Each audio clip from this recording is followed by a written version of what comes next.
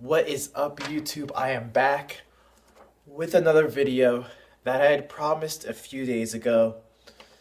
First off, if you're one of these people that does not like the new Star Wars movie or think that everything is super recycled, I recommend you to like and share this video because this video is going to be about the ways that I've came up with that the Star Wars Force Awakens completely recycled Star Wars A New Hope. So, I compiled a list right here, and most of these are pretty close in chronological order in both movies of how they are similar and completely identical, and how Force Awakens is a complete reboot. So let's get this list started. Number one, both movies, the opening scenes, important rebel information is put in a droid, and that droid ends up being heavily pursued by the Empire / First Order. So in Star Wars New Hope, we have Princess Leia putting the Obi-Wan Kenobi, you're our only hope. This droid contains, important details of the Death Star, so on and so forth in New Hope. In Force Awakens, in the opening scene, the village scene, where the village gets slaughtered, information, the map to find Luke Skywalker, or part of the map, was put in the BB-8 droid, who is also heavily pursued by the First Order. Exactly same fucking opening scene.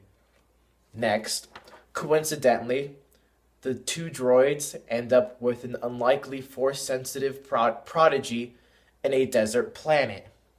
So, in A New Hope, R2-D2 ends up in the hands of Luke Skywalker, who just happens to be a Force-sensitive freaking beast in a desert planet that ain't shit, you know what I mean? And the same thing happens with Rey, okay? BB-8 ends up in her hands in a desert planet of Jakku where nothing really goes on. So, which creates the same thing where later on in those movies, Luke ends up leaving Tatooine because he had nothing really there anymore. His uncle Owen and his Aunt Prue died, so he had really no other duty in his life other than to serve the Rebel Alliance. Whereas Rey, something pretty similar, she realized that her parents, or whatever, wouldn't come back to Jakku like they had promised, so she ended up deciding, my purpose in life now is to join the Rebel Alliance. So again, similar stuff. So, in Star Wars A New Hope, Obi-Wan Kenobi, he disappears, he goes in hiding, and he decides to train Luke Skywalker when the time is right. Luke disappears also in Star Wars Force Awakens, where nobody can find him, and he reveals his location when the time is right to train Rey. So, again, very simple parallels. And literally, we've entered about the first 30-40 minutes of Star Wars New Hope, and it's literally completely identical to the first 30-40 minutes of Star Wars Force Awakens. Let me move on. They get really imaginative with their characters, but this next point, the First Order, General Hux, he's got the same Nazi persona with a British accent as pretty much every single Empire officer we see in the 4th and 5th movies. It's getting real creative there, Disney, trying to make new characters different from your original trilogies. Let's just make the officers all exactly the same. Good stuff. Another thing, going back to Tatooine, is that in Star Wars Force Awakens, they try to recreate that bar scene that was absolutely iconic in Star Wars A New Hope. Another similar thing is in Star Wars Force Awakens, Finn decides to leave, go to an outer rim planet, I believe, to avoid the Empire. And Han leaves also because he had gotten his money and he was satisfied with that. But in the end, they both come back and pretty much save the day. Finn decides to come back when he realizes that Rey is kidnapped and saves her later on in the movie. Han comes back and comes in clutch for Luke, which allows Luke to blow up the Death Star. They're both kind of the second main characters, just like how Luke and Rey are the number one main characters in those perspective movies. Han and Finn were pretty much number two, so it's the exact same dynamic. Which leads to my next point. Both movies had a damsel in distress situation in a Death Star. In Star Wars A New Hope, they go to the Death Star to rescue the princess.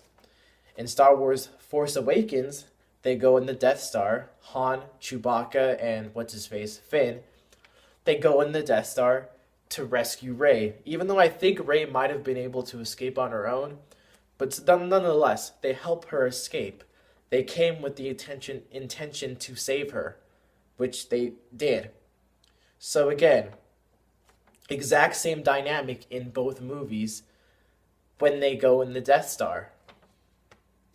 Next, Leia, Luke, Han, and Chewbacca end up in a trash compactor. Captain Phasma ends up in a trash compactor. Again, nothing creative, same trash compactor trap in both movies.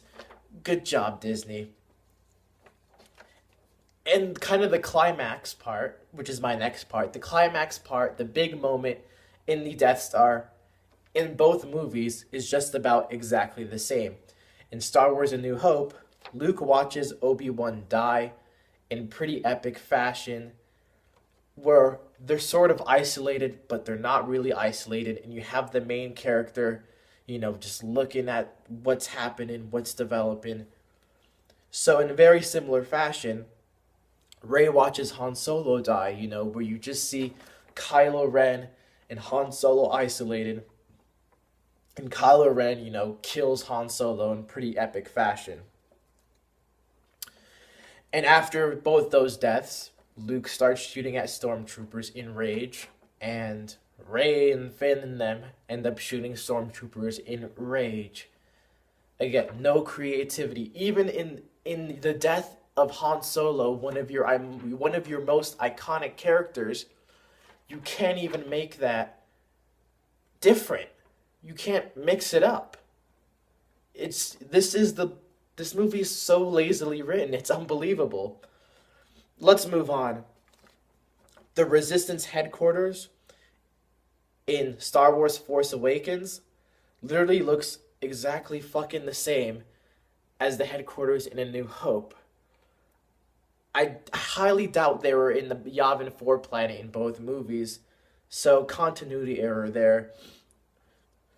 And my last point, in Star Wars A New Hope, Luke Skywalker destroys a Death Star. Poe destroys an even bigger Death Star. And the funny part is, in The Force Awakens, they do it worse than the first time, because at least in the first time, there was some climax to the scene. You had to go through the pass, avoid turrets, avoid TIE fighters behind you, and then nail the almost impossible shot to destroy the Death Star. Whereas in The Force Awakens, just kind of randomly, no suspense, no, are they going to do it? No, you never get a feeling like that. Poe just casually goes in the base, shoots it up, blows it up. I mean, those are all the similarities I got. And it totally proves that this movie is undeniably shit. That there was no absolute creativity at all whatsoever. And the fact of the matter is, I am okay with borrowing ideas. I really am. If they had a few aspects here and there that were borrowed, I'd be cool with it. And with the whole, if the formula worked one time, just go for it again and it'll work again. I only agree with that formula if you're working with a TV show where you have, 10 to 15 episodes per season.